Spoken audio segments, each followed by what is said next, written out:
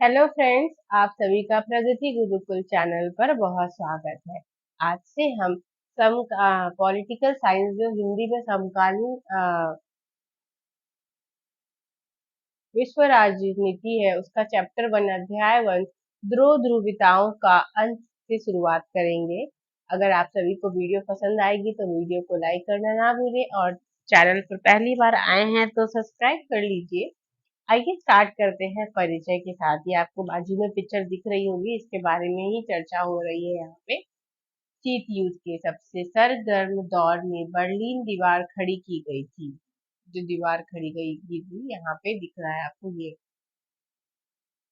यह दीवार शीत युद्ध का सबसे बड़ा प्रतीक थी।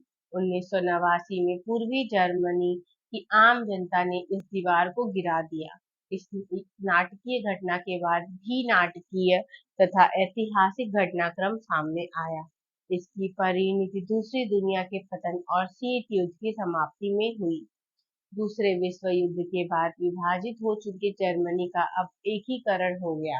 सोवियत संघ के खेमे में शामिल पूर्वी यूरोप के 8 देशों ने एक एक करके जनता प्रदर्शनों के को देखकर अपने साम्यवादी शासन को बदल डाला। शीत युद्ध, ये दिख रहा है आपको लाइन जो दिख रही है ये फोटो में हो। शीत युद्ध के अंत के समय सोवियत संघ को यह सब चुपचाप देखते रहना पड़ा। किसी ऐसा किसी सैन्य मजबूरी से नहीं बल्कि आम जनता की सामूहिक कार्यवाही के दबाव के कारण हुआ।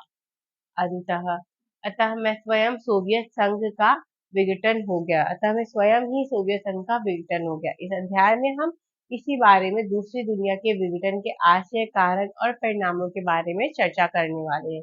आइए देखते हैं। बर्लिन की दीवार पूंजीवादी दुनिया और साम्यवादी दुनिया के बीच विभाजन का प्रतीक थी।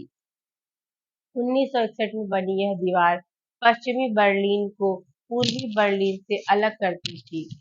150 किलोमीटर से भी ज्यादा लंबी यह दीवार 28 वर्षों तक खड़ी रही और आखिरकार जनता ने इसे 9 नवंबर 1989 को तोड़ दिया। यह दोनों जर्मनी के एकीकरण और साम्यवादी खेमे की समाप्ति की शुरुआत थी। यहाँ दिए गए चित्र इसी कथाक्रम को सामने रखते हैं। लोग दीवार में छोटा सा छेद कर रहे हैं। मुक्त आवागमन को संभव बनाने के लिए दीवार के एक हिस्से को गिरा दिया गया। 1989 से पहले बर्लिन की दीवार थी जो चित्र में आपको दिख रही है। ये वहां की दीवार है जिसको वहां के लोग तोड़ रहे थे। आइए जानते हैं सोवियत प्रणाली क्या थी। समाजवादी सोवियत गणराज्य यूएस यूएसएसआर रूस से हुई 1917 की समाजवादी क्रांति के बाद अस्तित्व में आई थी। यह क्रांति पूंजीवाद व्यवस्था के विरोध में हुई थी और समाजवाद के आदर्शों और समतामूलक समाज की जरूरत से प्रेरित थी। यह मानव इतिहास में निजी संपत्ति की संस्था को समाप्त करने और समता को समानता के सिद्धांत पर सचेत के रूप से रचने की सबसे बड़ी कोशिश थी। निजी संपत्ति को नष्ट करने के लिए और समाज में समानता का सिद्धांत को सचेत रूप से रचने के लिए यह बहुत बड़ी कोशिश की गई थी। ऐसा करने में सोवियत प्रणाली के निर्माताओं ने राज्य और पार्टी की संस्था को प्राथमिक महत्व दिया था। सोवियत राजनीतिक प्रणाली की धुरी कम्युनिस्ट पार्टी थी। इसमें किसी अन्य राजनीतिक दल या विपक्ष के लिए जगह ही नहीं थी। अर्थव्यवस्था योजनाबद्ध और राज्य के नियंत्रण में भी थी।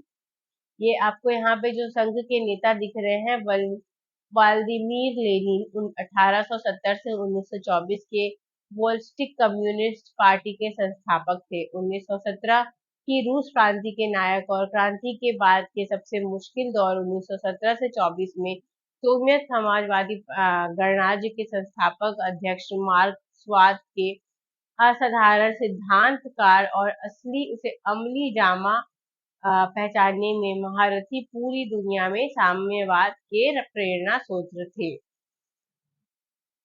दूसरे विश्व युद्ध के बाद पूर्वी यूरोप के देश सोवियत संघ के में अंकुश हो गया था। मतलब ये दूसरे विश्व युद्ध के बाद तो वो वहां के लोगों ने ही दीवार को तोड़ दी थी। इसके बारे में बताया गया है। अगली वीडियो में हम पूरे अच्छे से समझेंगे। ये इंट्रोडक्शन था। वीडियो पसंद आई होगी तो लाइक करें।